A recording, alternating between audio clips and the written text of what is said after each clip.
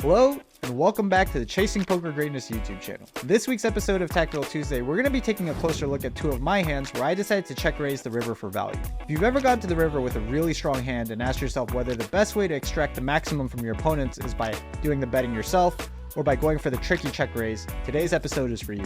I hope you enjoyed today's Tactical Tuesday on when to go for the value check raise. Welcome to another episode of Tactical Tuesday. Today, our theme, as mentioned in the intro, is going to be whether to value bet or check the river with a very strong hand. As always, this is Coach Brad. John, how you doing, sir? Doing good. Excited to look at the spot. These are both my hands, so curious what you're going to say about my decision on the river.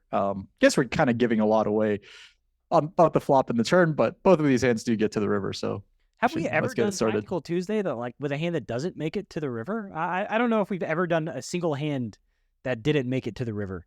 I'm sure we've done some. There's no like all in on the flop or the turn. I guess that's like another thing that sometimes we get stuck on. All right, so everybody folds to you in the small blind. Looks like you're playing 5-10 and your 200 big blinds effective. So you raise to $30 in the small blind. The big blind calls. You have the jack 7 of hearts. Flop is 5-6 king with the 6-5 of hearts, king of spades. So you flop a jack high flush draw. I know how you feel about flush draws. You're probably pretty pumped right now. I'm already planning on seeing the river. I don't know how we're gonna see the river, but I'm seeing the river. Yeah, it would be a very bad day in the Chai household if a river is not seen with a flush draw. You start out by checking. Tell me about checking versus betting here. I do a lot of checking when I'm out of position as a pre-flop raiser. I know that, this is going to go counter to a lot of GTO or like solver strategy. But one of the things that I've kind of just decided about the way I'm going to structure my strategy in my game is that I'm going to prioritize ease of execution and my ability to execute my strategy over trying to remember exactly what the highest EV strategy might be, depending on what a solver says. So I do a lot of checking here just to not have to worry about managing a betting range and a checking range and potentially making a lot of mistakes in attempting to do that. So I check here. I think when I check my entire range here, it just clears a lot of things up for me where like it's a little bit obvious what my check raises are, what my check folds, what my check calls are going to be. This hand, depending on the size, if the big blind decides to float, depending on the size that they float, is very, very likely to be a check raise. So yeah, just doing a lot of checking out of position to make my strategy easy to manage. Yeah, so like if for the listener, you imagine your range is kind of like a blob of hands. When you both have a c-betting and a checking strat, and then let's say maybe you have two c-bet sizes, right? As like, GTO Wizard will suggest, 2, 3, however many sizes.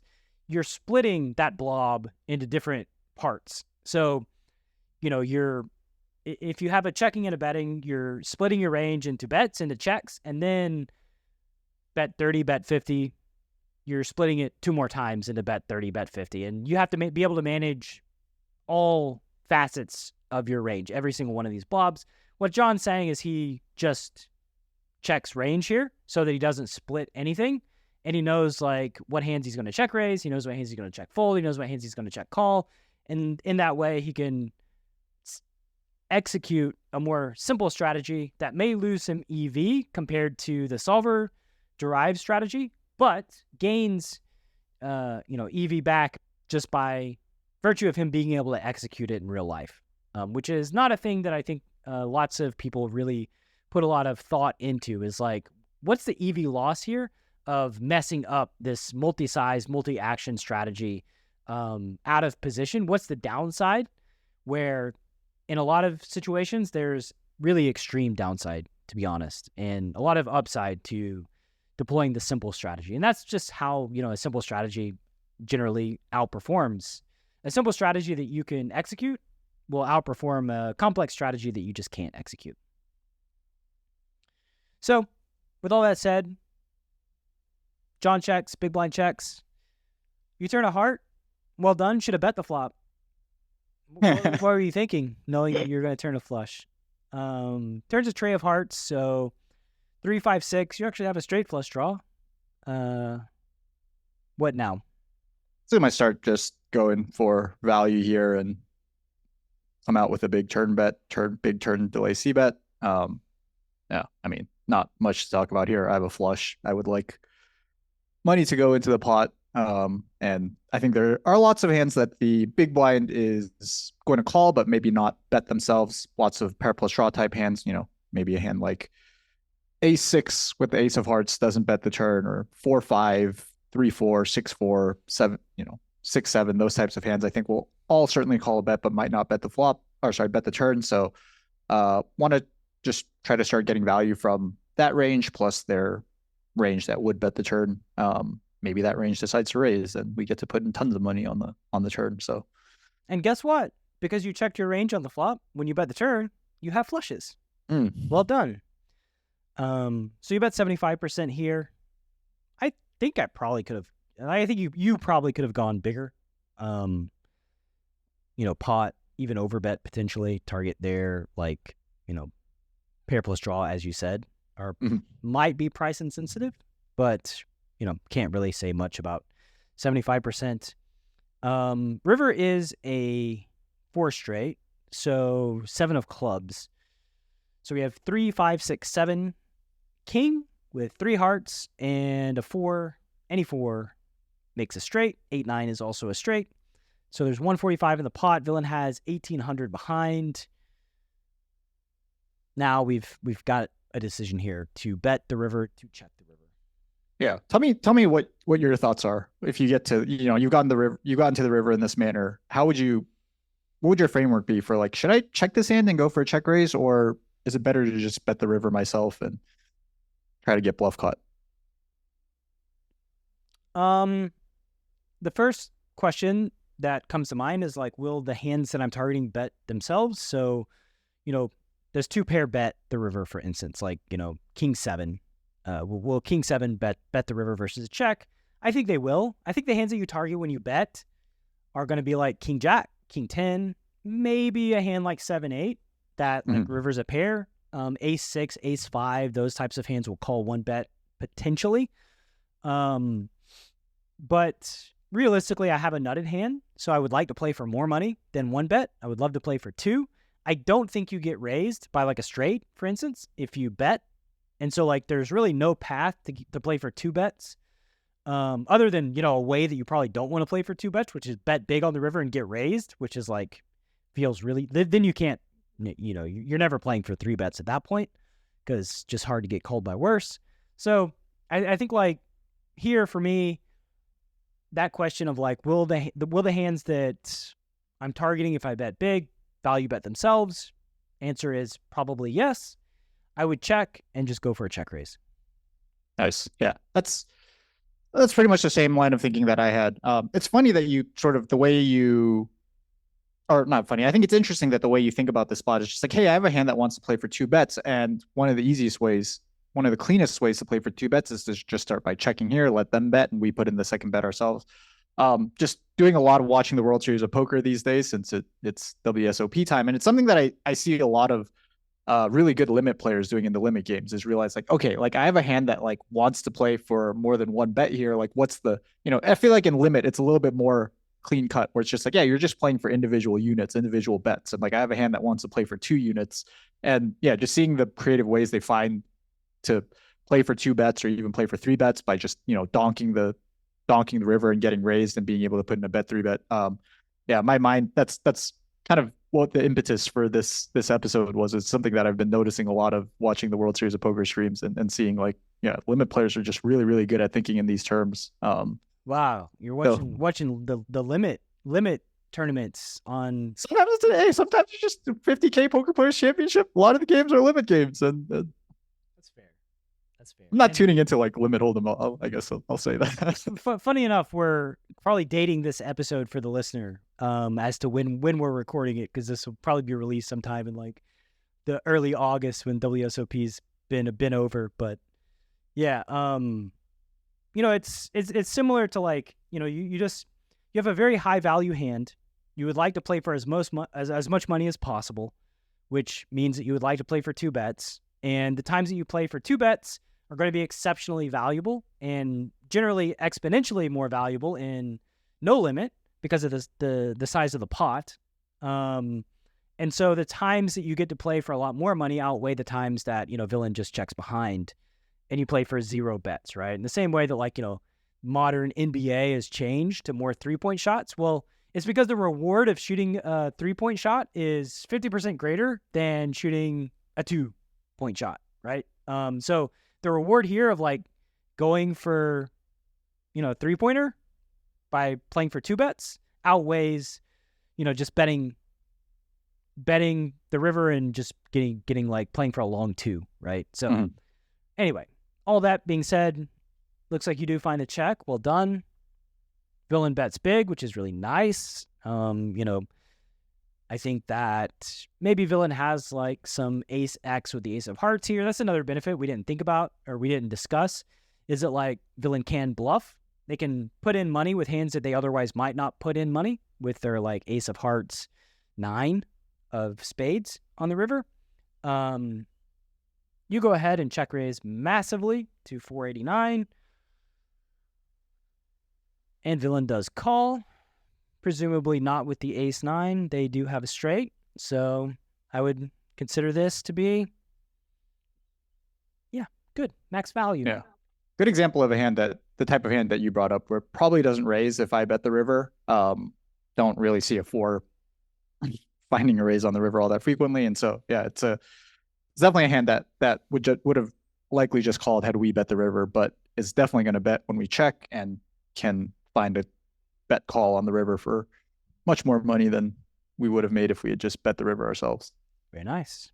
So let's check out hand number 2. And by the way, for the listener, don't forget to like, comment, and subscribe to Tactical Tuesday. It makes us feel good. It gives us warm, fuzzy feelings on the inside, and that's why we do these shows. It's for the feels. So you open the small blind with king 8 of hearts. The big blind 3 bets to $92, which is an odd size, but whatever. You call. You flop pretty good. King 5. Rainbow. You flop trips. There's 184 in the pot. Villain has 969 behind. Very nice. A villain. You check. They bet. First decision point. I don't think I'm going to have very many check raises on king 5 rainbow as the preflop caller facing 3-bet preflop. The thing that I'd be worried about here, just structuring my strategy to have check raises with these types of hands, these even very strong hands like king 8, is that it really starts kind of hampering my check calling range, where I have very few hands, if I do check raise a hand like king 8, that can call multiple barrels and can call bet or bet jam, for example. And I think this kind of goes back to what Brad was saying in the first hand about managing the blob that that is by range that gets to this flop. And it's if I put too many of my strong hands into the check raise range, then my the section of the blob that becomes my check calling range is just so weak, and so just doesn't have enough strong hands that can handle multiple barrels or putting lots of money in the pot. So definitely with my weaker king X, like my king 8 here, I just going to be playing a strategy that is check calling and very likely bluff catching for all the money if forced to, but still somewhat strong, or still strong enough to be able to bluff catch, I think, facing multiple barrels or maybe even all the barrels. So yeah, just keeping this hand in my check calling range so that I have sort of a protected check calling range, I guess. Yeah, so avoid making weak and sad blobs. Yeah. I don't want any of my blobs to be weak or sad. Yeah. We want our blobs to be, threaten the villagers that we're gonna consume them. We don't want our blobs to be very sad and weak. Okay, so turn is a 3 of spades. King 5 3 with the king 3 of spades. You check. There's 3 or 3 in the pot. Villain checks behind. I would say the river is pretty good. The 8 of diamonds. You have what is known in these parts as the nuts. But now we have another decision whether to bet or check. Yeah. Obviously, once the turn goes check, I'm now extremely confident that I have the best hand on the river, even without the 8/8 is really nice. In the sense that I guess if they were, it seems very unlikely at this depth that the big blind would trap the turn with some sort of good king X. But you know, in the event that they did do that, we've now rivered a better hand. So I guess I'll go first this time and kind of explain my thought process here. I go for a check raise here again. My line of thinking was a little bit different this hand than it was in the first hand, where I thought that once they check the turn, that the big blind is going to be very air heavy or bluff heavy. Like I said, I don't expect them to find very many traps on the turn, so I think their check back is going to be fairly honest, and you know it's going to kind of condense their range down to hands that are nothing, and some stronger bluff catchers, right? Maybe hands like 5x, ace 5 suited, pocket 7s, 8s, 9s. Maybe that part of the range finds a check on the turn, or I guess it wouldn't even be crazy for them to check back queens and just play for 2 bets and 2 streets of value in a spot where, you know, like I've shown here, I can actually have king X once I check call the flop. But in any case, I think that range, a lot of that range does a bunch of betting on the river, right? Like I'm expecting a lot of the air to bluff the river. That's the main range that I'm targeting. I don't think, you know, there's obviously nothing really good happens when I bet the river myself versus a range that's very air heavy. And I'd much rather give them a chance to bluff the river for whatever the size they want to bluff. But also those middling pocket pairs might find a thinner value bet on the river, right? Not shocking to see a hand like queens or jacks or tens take a bet check bet line on king 5 3 8. So yeah, I think that I'm mostly targeting air and giving them a chance to bluff the river, but also hopeful that they find some thin value bets. So that's how I ended up finding a check here and decide to go for the check raise. The downside is that, like, yeah, they are going to check back some hands that would call a bet. You know, a hand like 6/5 suited or ace 5 suited, or I don't know, maybe like pocket 6s or 7s goes into that check back range. So maybe it might thin value bet too. Yeah, I'm saying there is like a part of their range that I am risking Sure. missing value from, but I think it's worth it given how much air I think is going to be in their range once they bet the flop and check back the turn, and it's just much more valuable to give them a chance to bluff their air on the river than it is to hope that they find a thin bluff catch. Yeah, I don't really have anything to add, actually. I think you summarized the way that I would think about this situation very eloquently. And so I would go for check as well for all the same reasons, and I would advocate for check. So you check, villain bets half pot. I think you only have one size, which is all in. And villain does call it off, so they don't have a bluff. They have 8/9. So they decided to attack the weak blob, and the weak blob turned out to be a strong blob and overwhelmed them and liquefied their bones, and now we have their stack. Yeah, good example. I mean, this hand got a little funky on the end because he rivered a thin value bet. Sure. But I think it's a good example of our read on the turn being pretty good. That like when they bet the flop and check back the turn, it's going to be a lot of air. Did not think that 9/8 offsuit would be in their pre-flop 3-betting range, but you know they're going to have similar hands that are going to need to bluff the river. You know, I guess if we saw 9/8 suited, it wouldn't be shocking. And if they have a hand like 9/8 suited, they're going to have a hand like 6/7 suited or 10/9 suited that you know is going to need to bluff the river. And if they have the 8x, the suited 8x in their range, they're clearly going to find a thin value bet like this guy did. So yeah, I think reading into the turn check was a really big part of this hand for me. Yeah, very well played. Way to max value. Good stuff. That's all I got for this week's episode of Tactical Tuesday. See you next week. See you next week. Thanks for watching this week's episode of Tactical Tuesday. If you found today's tips on check raising the river for value helpful, make sure to give the video a like and subscribe to our YouTube channel. It helps us out a lot and lets us know what type of content you'd like to see going forward. This is Tactical Tuesday on Chasing Poker Greatness with your hosts, Brad Wilson and John Chai.